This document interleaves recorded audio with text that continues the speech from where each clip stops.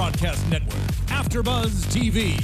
Over 20 million weekly downloads in over 150 countries, and your #1 source for after-show entertainment.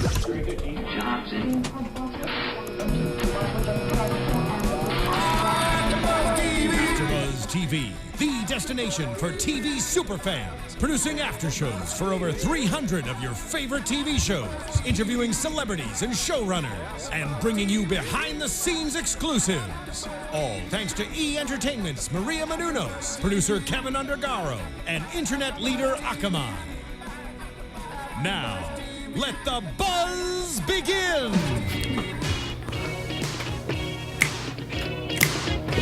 You know, this is like our anthem. This is. Girls just want to have fun, and it's another girls' night here at AfterBuzz TV for the I Am Cait After Show.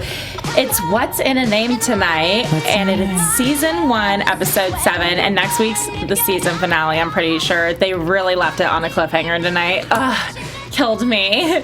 But you know I was pissed about that. We're going to dive into that. Don't even get me started. I was so upset that they left it that way. But I'm your host, Danica Kennedy, and joining me tonight is Shar. Hi, I'm Shar Jossell. Hey, everybody. And where can they find you on Twitter? At Shar Says So. And you can find me on Twitter at Danica Kennedy, and we have our phones right here if you want to tweet with us. We're looking at them all the time. We're attached to them. Literally. It's a problem. It's an epidemic. Yes, always in our hands. So chat with us. Let us know what you thought of the episode. But first of all, what did you think of the episode? This episode was so personal for me on a number of different layers, because it really hit home on a subject that a lot of trans people face, and that is getting your gender marker and your name changed. And just to know how difficult it is in the state. Like, the way it was framed was, this is one of the better states to be in. And I'm not taking away from that. California is a great state to be in if you're trans. Los Angeles County is a great county to be in if you're trans. But I just know that from my experience, nothing beats Cook County in Chicago, Illinois, because it's hurdle after hurdle. And watching tonight's episode really kind of made me emotional for a lot of different reasons. I didn't know it was that difficult to make the transition here in California, because I'm from here and I kind of grew up in a more like liberal environment. I went to like an art school, and then I moved in San Francisco and lived in West Hollywood. So it's kind of been an interesting like documentary kind of viewing of seeing how it's like so hard to like change when I know so many gay people and trans people here in Los Angeles, and I'm like, wow, I didn't know it was that difficult here. I thought it was way more like accepting. Well, it is accepting. It's just that the laws are like, for example, with me, I started my hormones, I got my name changed and my gender marker changed all within like 90 days in Chicago. And here, and I know that we're going to get to it, but to hear some of the kids at Shandy's Blush organization at the hospital say that, out here they may have to wait up to a year and a half to get a court date. This episode put a lot of things into perspective for me. And it once again kind of let me know how fortunate I am. Not that I ever complained about anything, but as far as, my trans status and how I've been able to navigate a cis-normative, heteronormative world, so to speak, and be okay. And it makes my hurdles look like minor hurdles. Yeah. When I through watching I Am Cait, when I hear people's stories, when I hear people share.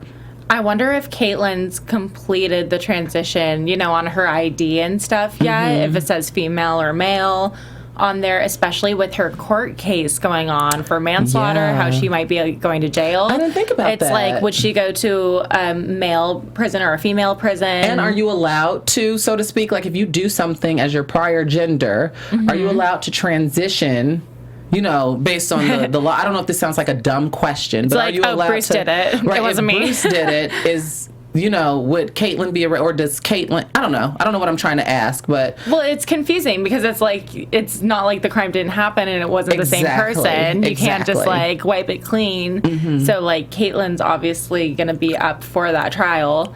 But would she be going to a female prison? I don't think she's going to go to jail or prison at all with her kind of money. But if she did, I think lawyers. If she did, I think that she would be headed to in the event that she went to a male prison, she'd be in protective custody. Because I know trans people, If they go to male prisons, typically there's either like a trans unit, like, okay, well, that section of the prison is where the trans people will be, like male to female trans people will be, or they're in like protective custody. Very rarely do you get a Sophia Bursette. For all of my Orange is the New Black watchers out there, very rarely do you. Ask if that's how it is. But Sophia, Laverne's character on Orange is the New Black, I believe, I'm almost certain she has her sexual reassignment surgery, because that's why she went to jail, for stealing those credit cards and getting all her stuff done. So, but very rarely does that. I guess if you were to have your vagina, then you would go to. I would imagine them sticking you in a men's prison. So it's whatever sexual organ you have down there, not what's on your ID. Or what's above the waist. It's what's below the waist that determines what, in a lot of states, that determines what prison you go to. I wonder what's going to happen with that case. I feel like if she serves any time, it's going to be like a luxurious, like private kind of jail. I feel like it's going to be settled out of court. Yeah, I feel like it's going to be settled out of court. So crazy with the transition going on. It's like, nope, Bruce did it. Yeah. It happened like right when everything was going on with her too, which is pretty crazy timing wise. Yeah, absolutely. But this episode, man, so much happened. I was like, wait, like Esther's here, like your sister's here, and Kris is here, and like visiting all these places. The ESPYs happened. It was kind of like so much going on, but then I'm like, it really wasn't anything. Like, where's the juice? It was like all these people kept showing up, and like there was no like crazy conversation that really came up this episode that was that like exciting in my opinion. Of one thing that really stood out to me was Shandy's blush group at the hospital, and I really liked when they talked about the gender marker and things like that, but I also liked how they highlighted interactions with the police, because I've read so many things. Luckily I've never been in those shoes, but I know people who have been met with such resistance and rebuttal and unnecessary conflict and unnecessary attention from law enforcement. And I just thought that was just, especially with the one girl who shared the story, how she was pulled over. Well, the guy she was in the car with was pulled over, and they asked for her ID, and then all of a sudden she was kind of made this spectacle out of. They were like laughing at her. How much did your breast cost? How much did your wig cost? And all of this stuff, and it literally made the hair on the back of my neck stand up, because that's traumatizing. There's so many like cops that are bullies. I feel like they're just like grown up bullies trips from, high school or middle school that are like ready to pick on people, and you hear about it all the time, especially with the trans community. Listen, it's like, do I hear about it all the time? All the time. Girl, it surpasses the trans community at the rate that I hear it, because I mean, I still am black. So to police, as far as police brutality, that is something that is on the forefront. I think that you would agree that everybody's talking about Everyone's right now, because it's happening it's so frequently. And it's crazy. But I really liked when they shared those stories, and how the conversation kind of shifts when you ask for my ID and my ID might say M, but I'm presenting as F, and just it's like, come on, dude, you're here to protect and serve, and I'm a human being. I'm one of the people that you're supposed to be protecting. If you're gonna transness typically does not go in the line of questioning for whatever is going on. So if you're pulling my boyfriend or whatever over, you ask for my ID, my status, my trans status shouldn't have anything to do with the traffic violation. No. Or like the guy. That's not the problem. Right. The trans man who said that, when he would show his ID and it still said F on it, all of a sudden everything shifted to ma'am, and kind of like these microaggressions. Like, you see that I am... it's not safe to assume, okay? I just want to put that out there. Just because he was walking around with the mustache and things like that, and you come across the ID that says F, it's not safe to assume that, he is trans, because you don't know. There are some women with mustaches. If we're going to be, people present different ways. There's different... But I've made that mistake before, and I felt really bad about it, where I thought someone was trans and they weren't, and I felt so guilty. I was at a book signing in Chicago, and I said something like, she's in my seat, but the person presented as gender non-conforming, and they went by the pronouns they and them and things like that, which is still, even as a trans person, I'm still learning. That's so hard, because I'm still learning. So that's the one that I'm always going to mess up. I feel like I'm still like learning GNC. With it. Yeah. But even when she said that, I felt that the way that she framed that in her storytelling was kind of like a microaggression, with them keep referring to her as ma'am, ma'am, ma'am, miss, miss, miss. It's just, I don't know. It just, like I said, it put things in different perspective. Not that I've been blinded to it, but every time things like that get presented to me, it puts me in a really emotional space because it's just so unnecessary. Well, and it's like, why can't you just like call the person what they want to be called, and you can tell most of the time, or they'll correct you or tell you if they want to be called a certain way or a certain thing, you know? But speaking of that, I think it's so crazy to me. I think it's wild that like a lot of trans people don't support gays, and a lot of gays don't support trans people. Not that they're the same, but especially like same. Caitlyn, like with the whole Ellen thing, bringing that up. I wanted to clarify your statement, because in my experiences, it's been more so gays not supporting trans than trans not supporting gays, honestly. I've heard that a lot, actually. Yeah. So my thing with that is, I mean, I know that you were about to touch on, in case anyone missed it, Caitlyn premiered, she had an appearance on Ellen's new season premiere. It has yet to air, I believe. I think it starts on the 14th. But there have been teasers that have been dropped, and in which one of them, Caitlyn states that she was on the fence about same-sex marriage, and people have been up in arms about this, which is understandable. And the only reason why I understand it is because I don't see how someone who is a part of a community that is being oppressed, part of a marginalized, disenfranchised community, can be so comfortable in oppressing another group of people. I've never been able to understand that. And that goes hand in hand with, transphobic gay people. You're part of an oppressed community, and you want to do the oppressing. That doesn't add up. It's like an oxymoron of a human being. It confuses me. And that's the thing every week, and I know I've brought this up like every week as well, but the fact that Caitlyn's so conservative just like boggles my mind, like so close-minded. And I feel like she's like voting against herself and is really like almost against gays, even though she is gay now because she's a woman and she likes women. And I think she kind of can't really wrap her head around the fact that she's gay. She doesn't want to call herself gay. Right. Because I feel like that would be a double whammy for her. I'm trans and gay.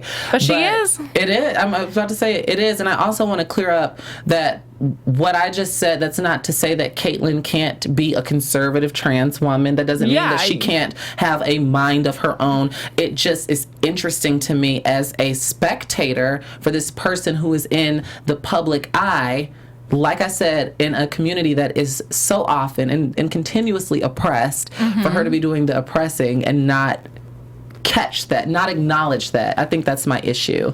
Acknowledge that. You know what I'm saying? I still feel like she's not wrapping her head around all these stories as well and how hard the transitions are for many people. But I'm glad that they're showing that she's listening to these stories, and it's great to hear them ourselves as well. I think that Caitlyn is still, to this day, looking at the trans community as they. She doesn't see herself as part of it. She sees herself as like a Kardashian in her own little palace or something like that. I feel like she feels like she's a separate entity, and she's still mentally a cisgender white man benefiting from all of the privilege that comes with that. And she does not realize, like, sis, you're not that anymore. And you don't get to reap those benefits because you're a trans woman now. It's different. It's very different ball game. Very different lifestyle. Very different. Even with all of her access to all of her resources and all of her funds, it is still fundamentally a very, very different ball game. Especially with the media and everything going on, which I loved seeing all the ESPYs stuff, even though watching the show, I'm kind of like, oh, this happened so long ago because I keep up with all of it on social media. But man, she had a lot of people there. That was, you know what? Like half the I whispered crowd. to Danica when we were watching the show. I whispered to Danica and I said, I wonder how many tickets that she got, because she brought the cast of I Am Cait and all of her kids. And not to mention, it's just so many. That's a big family. That is a big family. But you know, as far as the ESPYs are concerned, I was really, I'm so glad her mom was able to make it. To be 89 Me too. And to break your hip, and of all times for Esther Jenner to break her hip, you just had to break it right before this groundbreaking speech. And I just thought that Caitlyn's speech, literally, when I watched it, there was nothing to pick apart. And that is what I put on social media. If you all follow me on Twitter and Facebook, I literally felt through that 11-minute speech that Caitlyn, I don't know if she had people help her write it, if she wrote it herself, but she literally touched every base in that speech that made her kind of above critique. The speech was phenomenal. Everyone loved it too. Like when she gave that speech, I remember social media blew up, and everyone was just posting like how she's the biggest hero, and I thought it was phenomenal as well. I actually got the chills. I was like, oh, don't lose it. She covered every base as far as like the bullying. I can take it, but consider, who you're bullying. She talked about trans women of color, which of course, as a trans woman of color, I don't know if you all are aware of the statistics, but we are the fastest, we get murdered the most. I don't know how to frame that. I don't know if I just lost my word. I was like, whoa. No, we do. Yeah. Out of the LGBT community, trans women of color face the most adversity. And I believe there have been 20 trans women that have been murdered this year, and 18 of them have been of color. That breaks my heart. So, yeah, beginning of the year was horrible. It was like one every week. So, for her to acknowledge that, and I know that she did that in the Sawyer piece, too, that really means a lot to me, being a trans woman and of color, being a black trans woman, because it's a totally different ball game. And so I could go into it, but we don't have enough time. But you all know the systematic things set up and designed for people in particular shoes to not necessarily succeed. So there are things built by society fundamentally for disenfranchised groups of people to stay where they're at. So they have to resort to dangerous activity to survive. They have to resort to life-threatening activity to survive, and that's all the stories that they've been sharing. Yeah. I mean, Caitlyn is a very different case compared to most, and I mean, it seems like you haven't had it nearly as bad as some of the stories we've heard on the show. I've had it thankfully. I was like, was it that bad at all, or have you had any friends that have had it as rough? I know people. I don't have any friends, but I know people. But I like I said, it makes me so grateful, and it makes me really, really acknowledge, I'm forced to acknowledge the place of privilege that I do come from, because I do have a very supportive family, mother and father. All of, my sisters, cousins, aunts, uncles. I have a very good support team around me as far as friends. I have a college degree. I have literally been set up to just, everybody is Team Shar. And to witness that, thanks, Danica, to witness, people go through, to have a front row seat to it, to be forced to hear these stories, it's heartbreaking. It really breaks my heart too. Some of them are horrible. I mean, especially talking about like all the sex work that people have just like had to go into and things like that, because they won't be hired at other jobs and they just can't get another job, and they need money and they're desperate, and they start selling drugs, and it's just like, it's a dark path for some of these people that don't have the money, and they're saving up all their money to, do this transition that is so expensive. Yeah, and just to pay the light bill. Yeah. I can't think of her URL, but Angelica Ross, ANGELICA Ross on Twitter. Visit her Twitter page. She actually wrote an essay in rebuttal to I Am Cait, because she was kind of pissed at the way that they edited the conversation. I think it was like episode 2 with the Human Rights Campaign. And they kind of framed her as like the angry black woman in sex work, but she talked about so much. She's the CEO of her own company. Yeah, Trans they Sex edited Social. it to that, of course. Yes, though, so if you all get a chance, hearts. if you all get a chance, make sure you slide on over to her Twitter handle and go check out her essay. I think the Huffington Post published it as well, and she really just dissects how kind of disappointed she is in Caitlyn, only because Caitlyn is the executive producer of this show.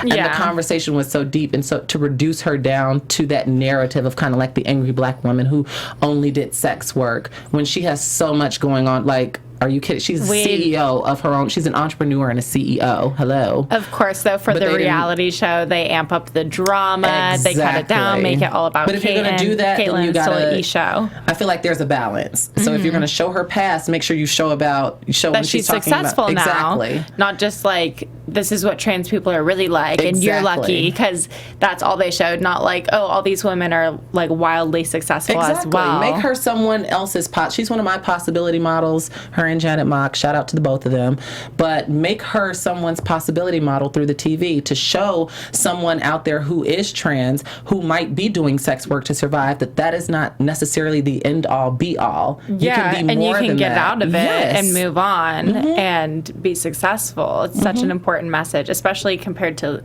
some of the things Caitlyn's saying here and there. Oh my God. Which, I mean, I work in the entertainment industry. I talk about Caitlyn all day, every day. I'm getting a little burnout. Yeah. Because there's some things where I'm like, what are you doing? But I do love this show, and I love how she's like been such a hero and like really taken on this role for the LGBT community. I mean, well, Kind of forced into the role. Forced into it, but she's doing a good job at it. And I wonder if it's gonna like be this way where she's kind of this hero. I mean, she's always going to be this hero, but like center of attention, or if she's going to kind of like more retire and hermit out and not really have a show in a while. I'm just thinking like she likes her privacy too much, and she's 65. I mean, that's what I would do if I had all that money and I was that old. I would totally just like hermit in that house, or collect the check from this show, then go do that. But I could totally see her like the next Olympics. Who's carrying the torch? Yeah. Caitlyn Jenner is not a bad option, just saying. Yeah. Like, I'm sure she's going to be a huge role model in this community for a long time. And it's crazy how she kind of got shoved into it in a way, but she took on the role by doing this show. Yeah. And I so love to that speak. she's showing so many other stories besides her own, and like, visiting all these groups and camps and I don't know, kind of putting the spotlight on things that are important that people need to know about. I'm learning so much from this show Me too. I'm like, what? Like, I didn't know they had this, or this is what was happening here. And it's very shocking to me, a lot of it. Another point that I thought was really, really interesting was when, I hope I'm not butchering your name, Drian Juarez. Dryan or Drian. Yes, from the like LGBT Center, she brought over the papers for Caitlyn to begin the process for her gender marker change. And I love how she brought up in the state of California, I guess they just recently maybe made more avenues as far as access for people to get their gender marker changed, because they really do want you to have your gender confirmation surgery, which kind of makes it hard. It's expensive to do that. I believe that's the most expensive surgery. That's so expensive. Do you know, like, ballpark how much it is? I don't. But I know you have to have a ton of money to do that. You do. And each state has its own regulation. In Chicago, no. All you need is your letter of passage from your doctor and go on down to the DMV and you get that F or that M on your papers. But California, I know that we were talking about this, just kind of... It took years for some of these people. Yes. That's still just... That's crazy to me. A long time. That's a long transition. It's like your new birthday. You want it to be like, okay, a couple months, let's do this, couple weeks. And it as soon as you get it doesn't. done, I love also when Caitlyn sat down with Dee and Jenny Boylan. Yes. I thought that... What an interesting couple. And an interesting conversation. Yeah. Interesting conversation. I think that... I didn't know how we were just talking about how we learn things. Jenny Boylan, I believe she said 3/4 out of marriages, they stay together. 3/4 of the marriages with trans people, they stay together. That doesn't shock me that much, because I think most people kind of know a little bit. They can kind of tell. Like, I feel like seeing Caitlyn now compared to Bruce, it's not that big of a shock anymore. Because when I think about it, I've been watching this family for a decade. They've been on for so long now, and Bruce was always, kind of trying to grow out his hair, and Kris was yelling at him and Remember that episode trying to try on the makeover? Dresses and the makeover. I don't know. I feel like he always was kind of in the background, like, I want to put on makeup too and join the family, and like really sad and quiet, grumpy, sitting in the bathroom where the makeup's done, just watching TV, and like looking back, I'm like, okay, it's not that big of a surprise, really. Like, when you think about it. And if we could clock it through the TV, Kris knew. Kris knew. I believe that she did. But Caitlyn's relationship with her mother is one that is really, really refreshing to see, especially considering Esther's age. Yeah, because different generation. I remember being in high school and we used to have these LGBT meetings, and I would hear these stories of people getting kicked out. Oh, my grandmother read my diary. She found out I'm a lesbian and she threw all my shit out, type, so to speak. And now I'm living with my friend on the couch and all of this. So to see Esther, like I said, who is 89, be so open and to really love her child unconditionally, love and accept her child unconditionally. And I guess she realizes there's really nothing she can do. Caitlyn is a grown-ass woman, grown-ass bill-paying, tax-paying woman.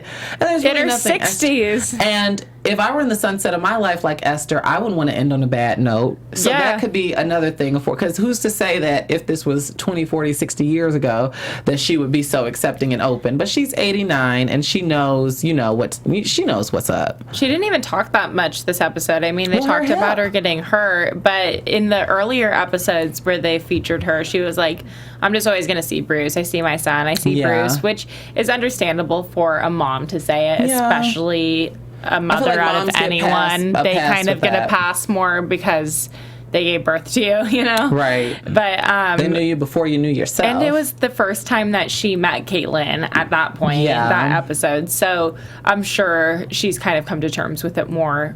And now. You know what? She seems more accepting. Yes, I was just about to say she seems so open because she sat down with Candace and Shandy and all this conversation. All of them were sitting together, the whole family. She had all of this, and Zachary, shout out to Zachary. I like Zachary. Zachary is the one that cast me for Glee. She's a casting agent. I was on in the choir episode with this final season. I think it's episode 7. Shar knows so many girls on this show, and I'm like, are these girls really friends with Caitlyn? Now that I don't know. We don't really know. I know that they're all fantastic women. I know Zachary, Jen all Richards, part of the community, Gina and Rosero. Very successful. Yes, but I thought it was so interesting how Esther was really, really engaging in these conversations and asking the questions.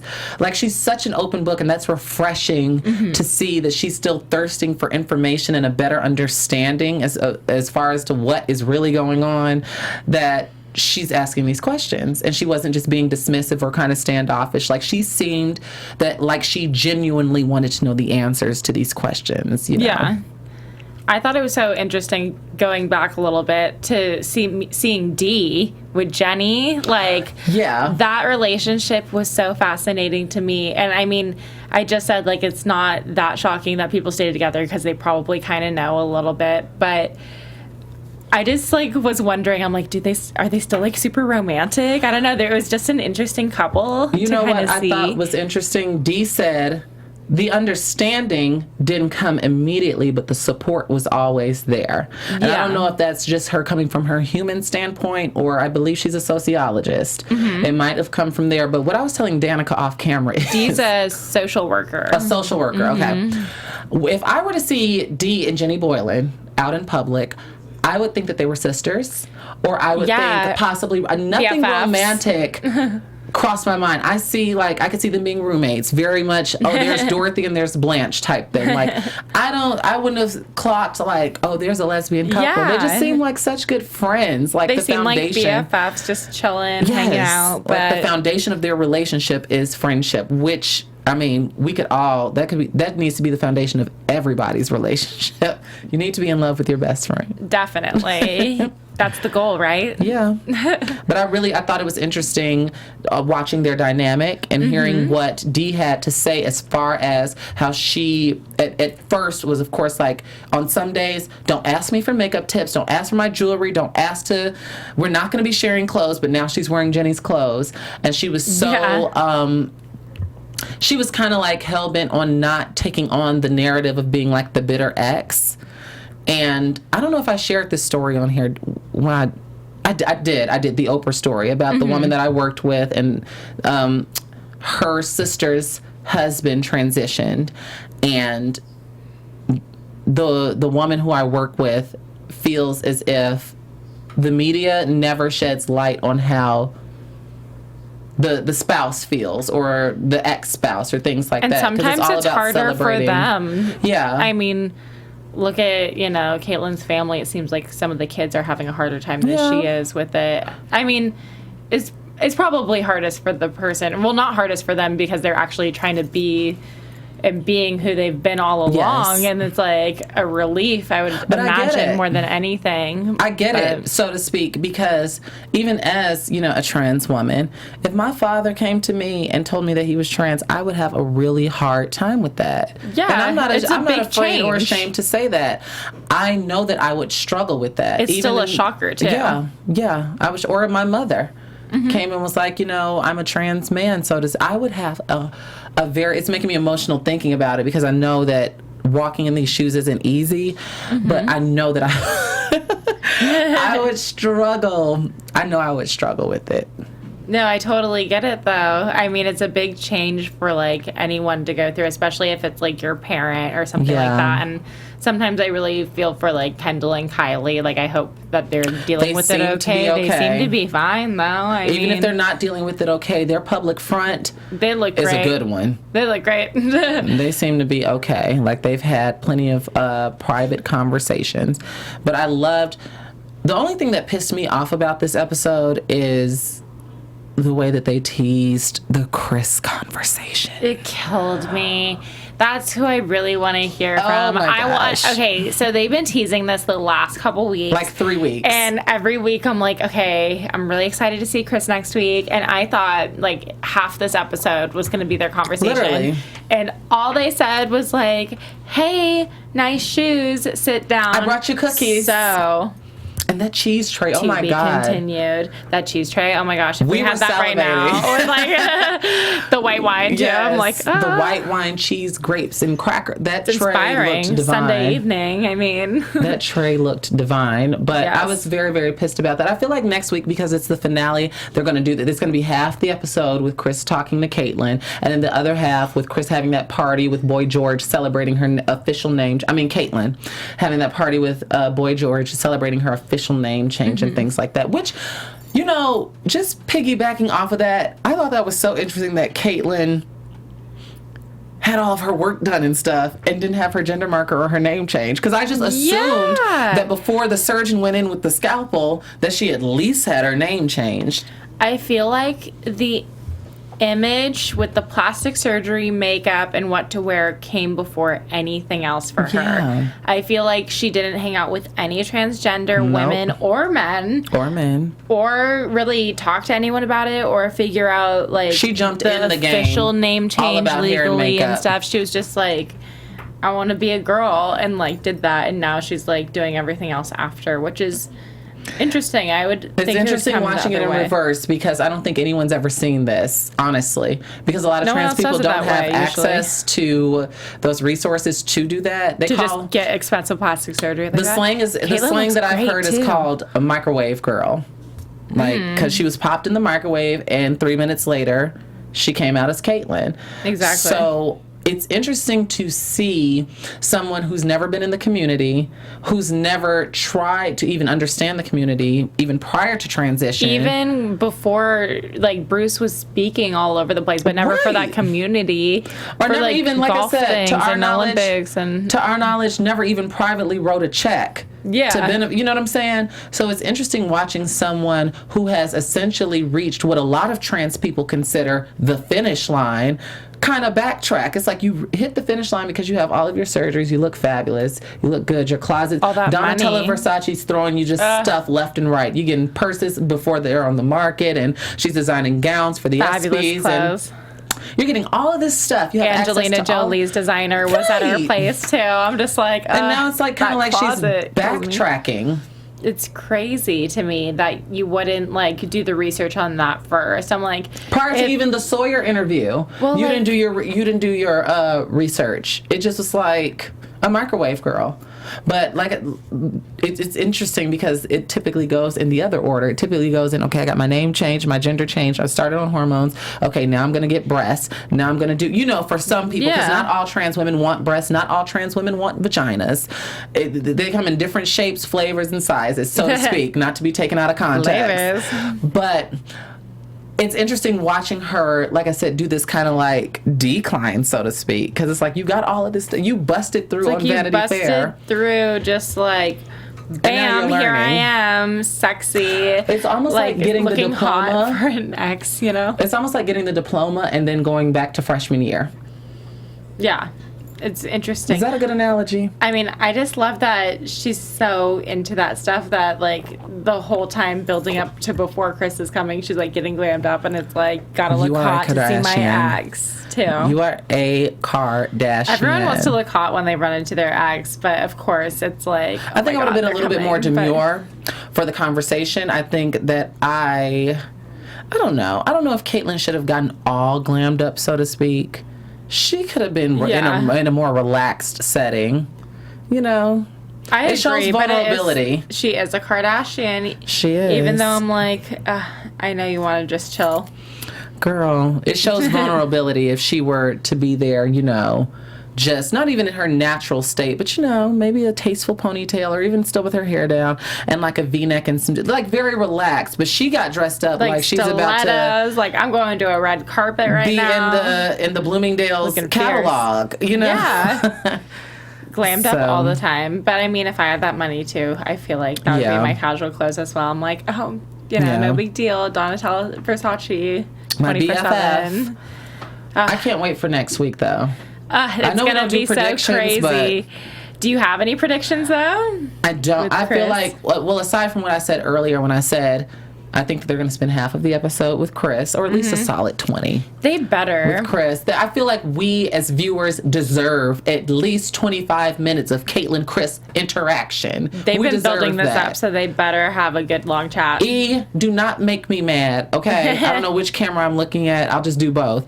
Do not make me mad. We need at least 25 solid minutes of this conversation because, like you just said, Danica, they have been building it up for like a month now. So much hype. So it's killing us. And I feel like, the second half of the episode will be, all the drama is done. It's all going to be celebratory. Yeah. Big last episode. But finale.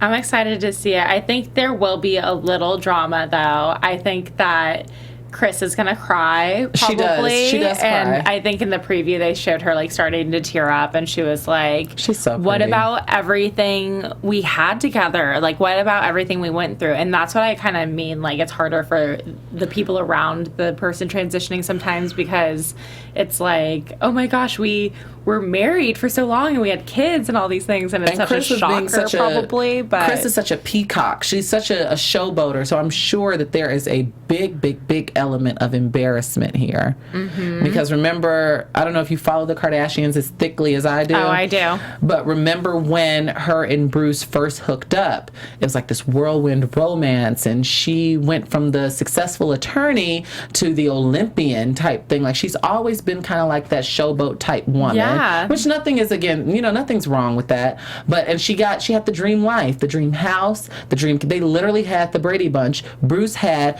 3 boys and a girl. Yeah. Kris had 3 girls and a boy. And then, together they gave us Kendall and Kylie. So there is a big element of embarrassment that I think that Kris is feeling, because it's like, this is not how it was supposed to be imagined. It's not what she set it out to be, and I think that is one of the components. It wasn't part of her plan for their image. It wasn't part of her vision, and I'm sure it wasn't part of Caitlyn's. She has like a vision board, and she was like, "Wait, that wasn't part of it." I'm sure it wasn't part of Caitlyn's either. But I see, it's not hard for me to shift perspective and see why this would be very, very hard for someone in Kris Jenner's shoes. Like, I get it.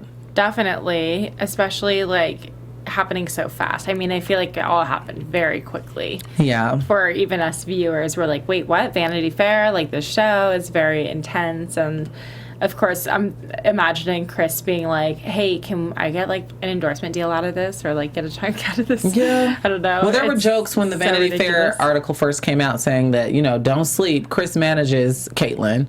I don't know if that's she really? true. I don't think so. I mean, they're divorced. I mean, I guess it wouldn't be that shocking, but I wouldn't assume that. I don't think so. But I thought it was funny how people framed that like, don't sleep, don't feel too bad for Kris because Caitlyn's the newest client. Like, yeah. Which, Kris, if you're watching and if you're interested, I'd love for you to Oh my manage gosh, me. please be my momager, my manager, whatever. I'd That love would be for you amazing. to manage me. I would love some endorsement deals, Kardashian too. styles, and just to get my makeup done like that. I want to come in, maybe like for season finale, I'll try to do my makeup I like remember we talked about contoured, you know, this. like we could come trying to look like Kylie Jenner. Oh, it's going to be so much makeup. But I'm kind of scared to do it because I know I won't do a good job, like how their makeup artists are. Spend They're $50 at amazing. MAC and Just tell go, them like, to make me look like Kylie. Contour the crap out of my face right now. Yes. Cheekbones. So fabulous. But I'm trying to think of what else is going to happen next episode. I mean, they're going to just probably wrap up everything. We shall see, I guess. But where can they find you on social media? Oh, I'm Shar Says So on everything. That is Facebook, it's Twitter, it's Instagram. Shar Says So, all S's. And you can find me online at Danica Kennedy and chat with us online. Let us know Yes. what you think of this episode, what you think the finale is going to be like, if you agree with us, disagree with us, whatever. We love want to you know. all's feedback. We Yes. genuinely do. I love interacting with you all. So do not be shy. I do not bite. Do not be shy with us. And I'm so excited for next week. Yay. too. Finale. All right. See you guys later. Thanks for All right. watching. From executive producers Maria Menounos, Kevin Undergaro, Phil Svitek, and the entire AfterBuzz TV staff, we would like to thank you for listening to the AfterBuzz TV network. To watch or listen to other after shows and post comments or questions, be sure to visit AfterBuzzTV.com. I'm Sir Richard Wentworth, and this has been a presentation of AfterBuzz TV. Buzz you later. The views expressed herein are those of the hosts only and do not necessarily reflect the views of AfterBuzz TV or its owners or principals.